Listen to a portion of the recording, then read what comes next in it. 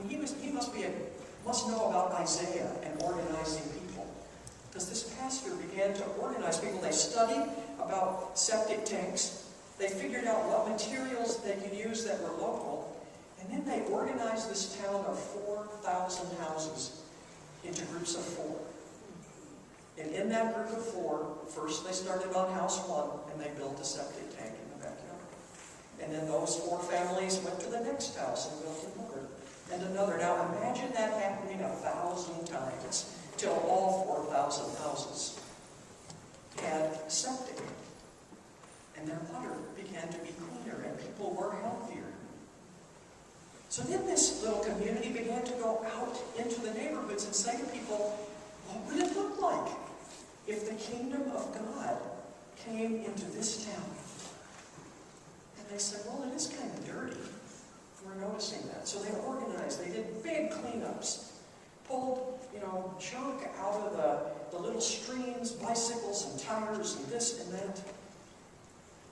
And after they'd done that, they kept asking the question, what would it look like? What would it look like if the kingdom of God came here? And they said, well, now we see that it's all cleaned up, but it's kind of drab. Our town is not very pretty. So that little church got hold of lots of flowers and began to go house to house. And if the owner would come out, they would dig together and put the plants. They began to know each other. Things kept changing and changing. Pastor Francisco's name was becoming known in this community. The Roman Catholic priest in town went to the mayor and said, that group is a cult. You have to shut them down. Too much power, huh? No. So the mayor called in this young pastor and told him, we're going to have to shut you down. And he said, if that's what has to happen, it has to happen, but first come and worship with us. And this mayor found himself in a circle of 30 people in prayer that the kingdom of God might be realized in their town. He was stunned. He said, I have never heard of a church that's about trying to help me as mayor make this town a better place. So he went back to the Catholic priest and said, no, I'm not shutting down. This is what has happened. That young pastor, everybody calls Pastor Francisco. All through town, everybody who sees him, Pastor, good morning, how are you? Pastor Francisco. McLaurin said, I was with him, and I said, are all these people part of your church now? And he said, oh no. He said, it used to be that I was the pastor of the Pentecostal church. Now I am the Pentecostal pastor for this town. I'm everybody's pastor. Is that not what we're called to be in the world? To be known as people of God who care so much that people bother to learn our names?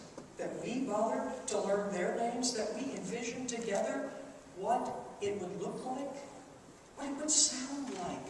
What it would smell like, taste like, if the kingdom of God came in this neighborhood?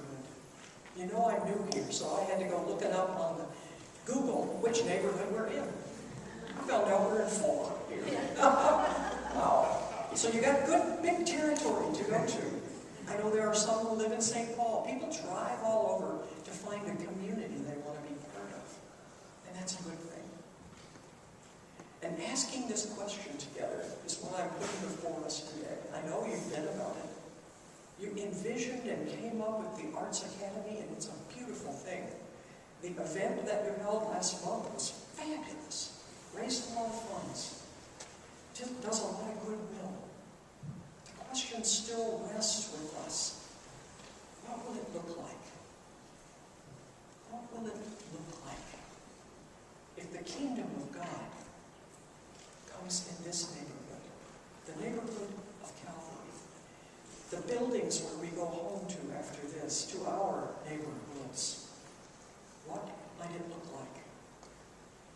In our reading from the Gospel of John in chapter 17, we have Jesus saying that he's looking to make joy complete in us.